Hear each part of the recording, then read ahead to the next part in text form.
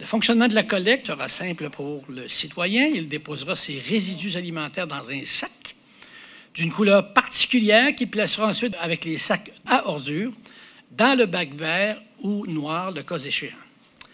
La collecte par sac évite la mise en place d'une troisième collecte, limitant ainsi le camionnage dans les quartiers, évidemment la production de gaz à effet de serre et en même temps des dollars.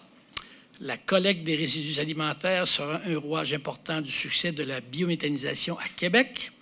Nous devons nous y préparer le mieux possible. Le projet pilote lancé aujourd'hui offre à la population une occasion de se prononcer sur le choix des sacs et du contenant de cuisine qui sera utilisé quotidiennement à partir de 2022 pour contribuer à ce grand projet de développement durable. Ils ne sont pas de la même hauteur, hein?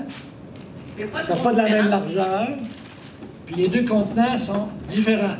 La collecte des résidus alimentaires par sac est le moyen d'obtenir la participation du plus grand nombre de citoyens. Lorsqu'on a annoncé à l'époque qu'on choisissait cette méthode par sac pour éviter la troisième collecte, le premier objectif, c'était de faciliter la vie aux citoyens.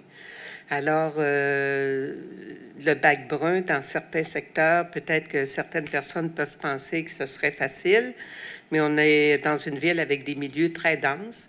Alors, ça va être beaucoup plus facile et accommodant pour les gens qui vivent dans des milieux denses, des grands immeubles à appartements. Évidemment, ça va rendre la vie encore plus facile qu'avoir de grands bacs de résidus alimentaires où chacun va déverser ses propres matières, ses résidus alimentaires. Alors, c'est moins invitant à une participation de la part là, de ces citoyens-là.